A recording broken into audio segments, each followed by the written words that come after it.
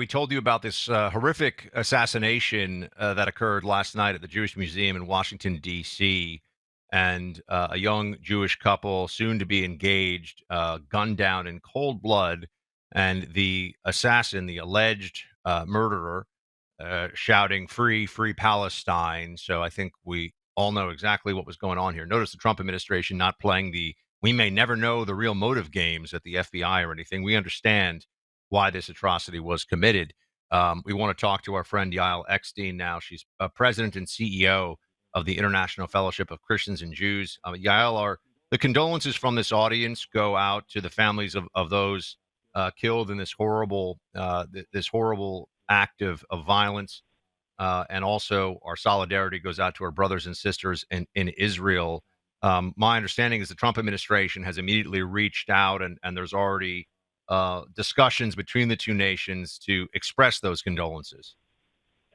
It is so comforting for all of us here in Israel to hear the condolences, but even more than that, maybe to feel the love and the prayers and the support and the unity. You know, I think what this killing represents is everything that the evil is trying to destroy. It represents America and Israel. It represents Jews and Christians. It represents our shared values of striving for life and brotherhood. They were actually going to get engaged next week in Jerusalem, and they were both part of groups that worked on helping Israelis and Arabs to work together in the high-tech sector and find common values. And so to hear those words of condolences right away, to feel the prayers, to see the support that millions of Americans are showing against this attack is something that what I believe it's the silenced majority that's speaking loud.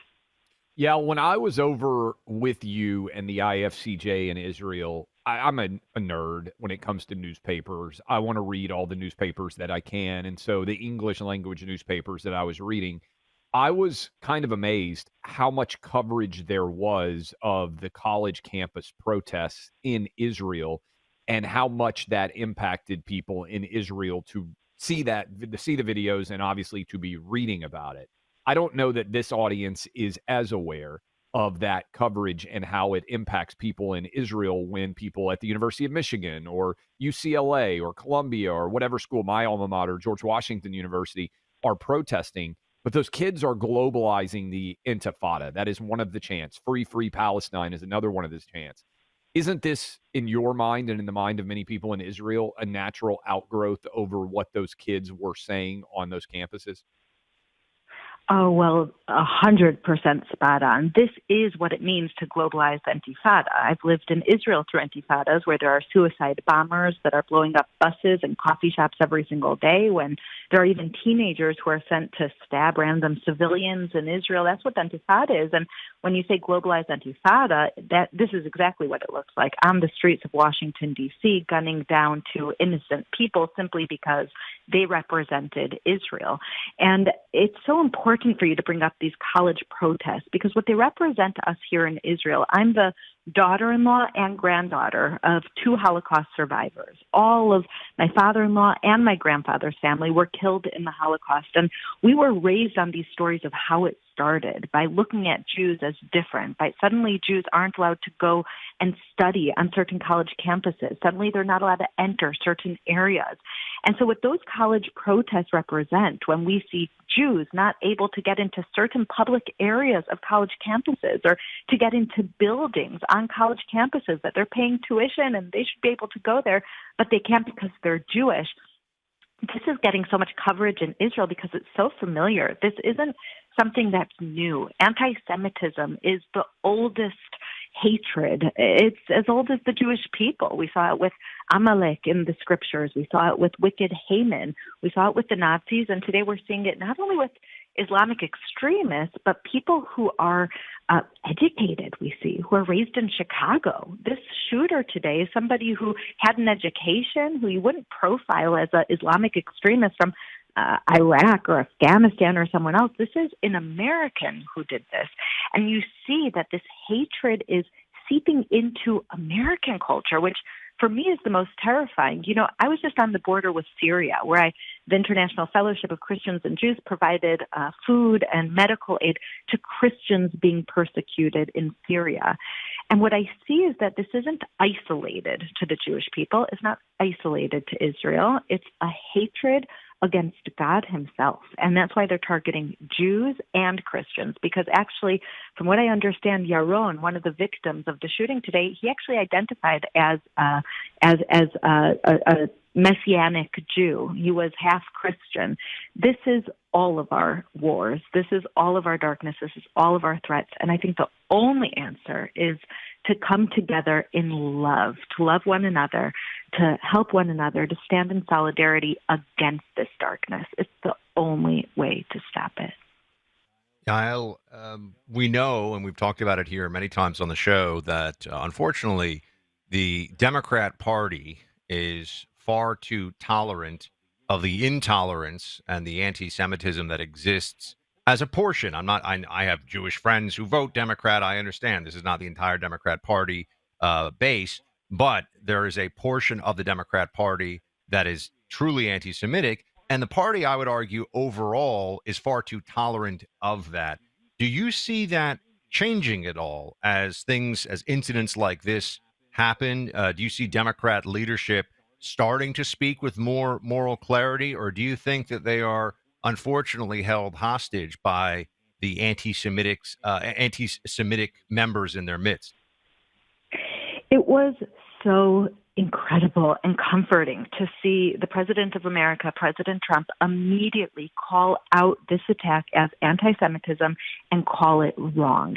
This is something that should be the basis for anyone. I saw some people from the Senate and from the American government representing America who avoided questions on if this was wrong, if this was bad, if this is anti-Semitic, to have the President of America stand up and quickly denounce what happened and say that he stands with the Jewish community and recognizes that this is anti-Semitism in its most evil form. It's something that's sobering, and unfortunately, we're not seeing enough of. What's terrifying to me is that we're seeing this hatred against Jews pop up everywhere. You see it on the right, you see it on the left. But what's so encouraging to me is that in facing this hatred that no longer disguises itself, no longer pretends to be tolerant, calls out hating Jews, hating Christians. I think that we've seen the silenced majority speak up louder than ever. I see this in my work with the International Fellowship of Christians and Jews.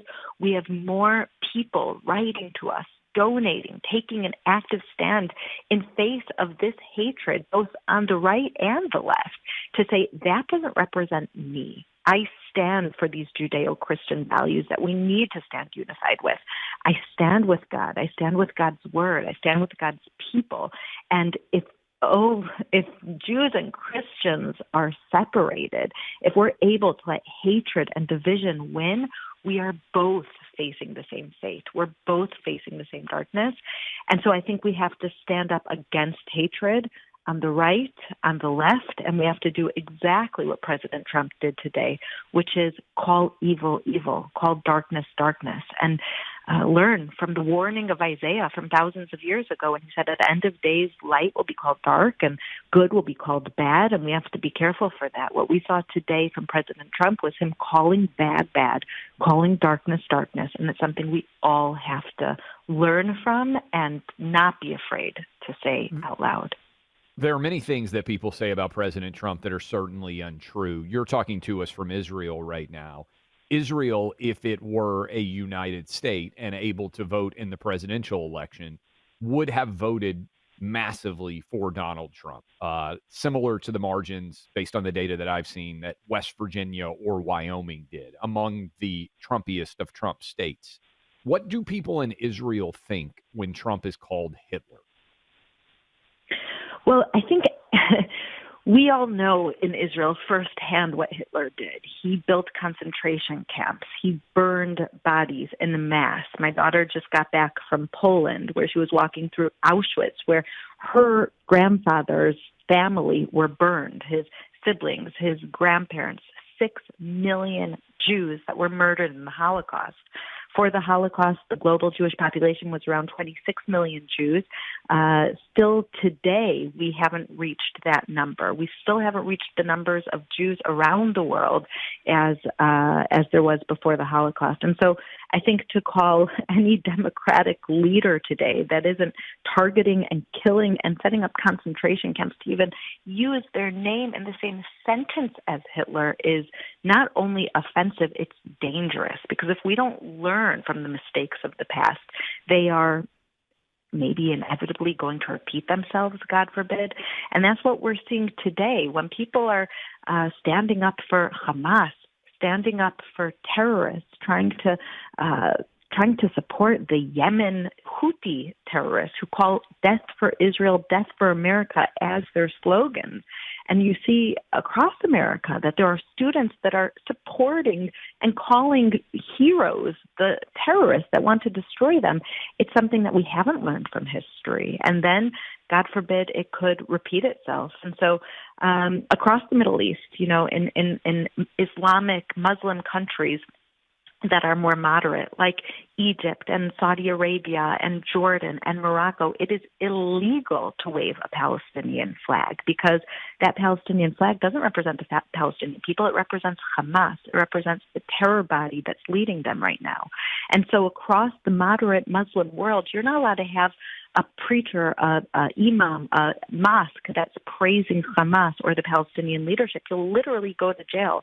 And so what happened? They all left these moderate Islamic countries and went to America and set up their mosques in America and are doing their rallies with their Palestinian flags, praising Hamas in America. And it's not only staying now with the Islamic extremists, it's actually infiltrating into the brains and lives, and now you see actions of young Americans that are now standing in solidarity with terrorists. If we don't wake up immediately in the West, that will take over everyone who now thinks that we don't need to give it any attention and we don't need to take a stand. I think this is important as we go away, and thank you for calling in from Israel. There aren't very many countries in the Middle East where a gay or a trans person could live with freedom. Israel is, in fact, the only one. And so when you hear people on the left somehow siding with Hamas or the idea of anti-Israel, it really is a cognitive dissonance that's even difficult to comprehend. I really wish people could come visit and see. But Yael, I think that's important, and thank you for joining us. Thank you so much. And I think it's so important to remember that the Palestinian people are being oppressed and held hostage by Hamas, which is a terror group where women have to wear hijabs. There's no freedom. There's no freedom to vote. There hasn't been elections in over 10 years. There's no right for people to voice any criticism of the government. And if they have anything against a person, they could just kill them without any sort of trial or any sort of legal document. And so when we have terror groups that are ruling the Palestinian people, I think when we say free Gaza, they're missing two words: from Hamas. The sooner this terror group goes, the sooner the Palestinian people will be able to be free. Amen. Thank you, Yael. Eckstein from Israel giving us the latest from there and also reacting to the awful event in Washington, D.C. We'll talk to you again soon. Thank you so much. A week and a half ago, President Trump declared prescription drug prices are going to come down. How will he do it? By entering a deal with pharmaceutical companies wanting to sell prescription medicine that guarantees we'll have low prices in the country like it exists in other countries. That's much needed, and it's a smart strategy. It's also another reason why healthcare has been so expensive, especially for those relying on Obamacare. Until we see those lowered prices, you should look for better health insurance options out there. And one of those newer options is called Ease for Everyone. Compared to Obamacare, Ease for Everyone comes with a monthly cost as low as $262. You get access to over 400 prescription drugs for free, not just at a lower cost, no cost, $0. And unlike the broken promise of Obamacare, you actually get to keep your doctor. Plus, you get free unlimited virtual primary care. You can have affordable health care for as low as $262 a month today. Go online to easeforeveryone.com/clay and join today. That's easeforeveryone.com/clay, easeforeveryone.com/clay.